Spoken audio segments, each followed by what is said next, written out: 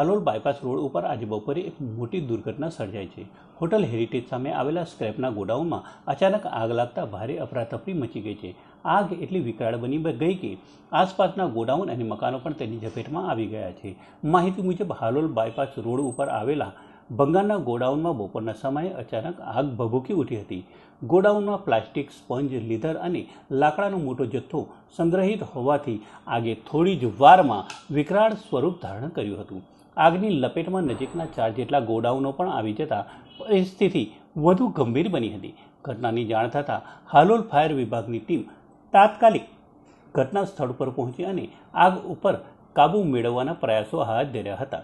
વધતી જતી આગને કાબૂમાં લેવા વધુ ફાયર બ્રિગેડની મદદ લેવામાં આવી રહી છે।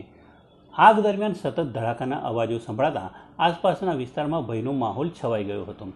આગની જ્વાળાઓ એટલી તેજ હતી કે નજીકના ખેતરોમાં આવેલા રહેણાંક મકાનો પણ તેની ઝપેટમાં આવી ગયા હતા। 3 જેટલા મકાનોમાં આગ લાગતા લોકો પોતાના જીવ બચાવવા મકાન છોડી ભાગવા મજબૂર બન્યા હતા।